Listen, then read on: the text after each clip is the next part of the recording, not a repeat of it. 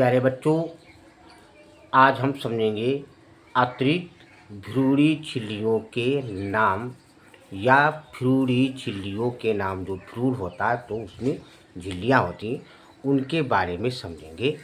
और आप लोग लास्ट तक पूरा वीडियो देखिए, आपके समझ में बहुत ही आसान तरीके से आ जाएगा। हम कोशिश करेंगे कि एक ही बार में आपके समझ में आ जाए। तो जो भ्रूणी झिल्लियाँ होती हैं तो ये 4 प्रकार की होती हैं। जो भ्रूण होता है तो एक होती है योक सेक बोलते हैं, जिसको पीतक कोष बोलते हैं। एक एमनियन होती है, एक कोरियन होती है और एक एलेंटाइस होती है।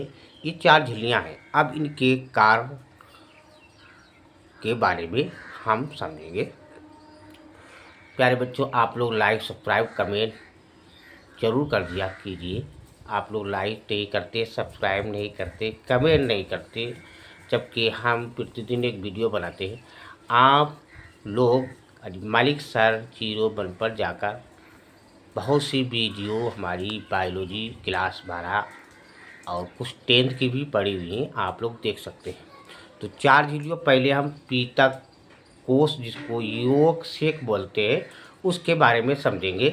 तो ये झिल्ली जो होती है, इसी मानव में एक अवशेषी यानी संरचना होती है।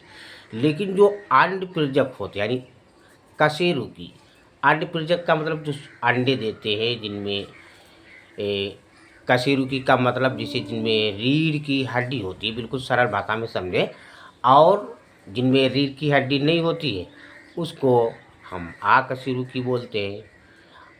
तो मानव में एक अवशेषी संरचना होती है योक सेक, जिसको पीतक कोष बोलते हैं। और जो अंडप्रेरक यानी कशेरुकी होते हैं उनमें ये पूर्ण विकसित होती है और जो पोषण वगैरह होता है उसका संचय करती हैं। हम आपको ज़्यादा लंबा नहीं बताएंगे, आपको बहुत ही संचय में बताएंगे। तो ये तो हो गया हमारा पीतक कोष के बारे में। अगली है एक एमनियन झिल्ली होती है, एमनियोन से बनी, मतलब उसका अर्थ होता है जैसे थैली झिल्ली। तो ये क्या होती है अब हम आप समझाएंगे। तो एमनियोन, इसका निर्माण भ्रूण के ऊपर होता है। जो भ्रूण होता है उसके ऊपर एमनियन का, उसके ऊपर एमनियन झिल्ली होती है तथा भ्रूण और एमनियन के बीच एक एमनियोटिक द्रव भरा होता है।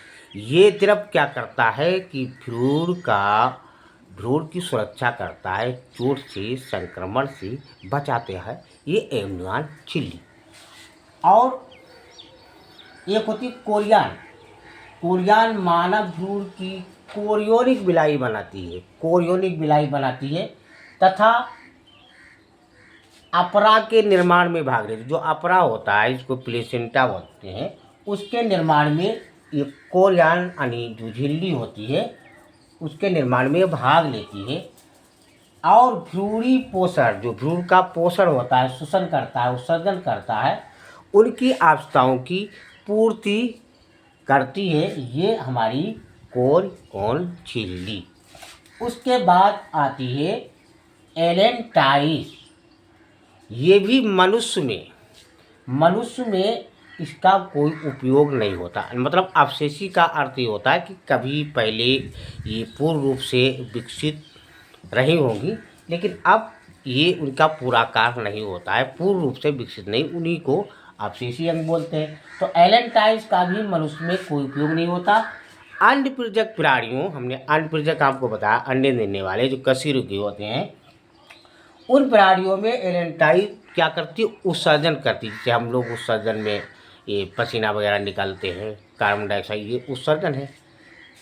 तो उत्सर्जन में ये सहायक होती है। तो ये 4 झिल्लियों के नाम है बच्चों। लाइक सब्सक्राइब कमेंट अवश्य कीजिए।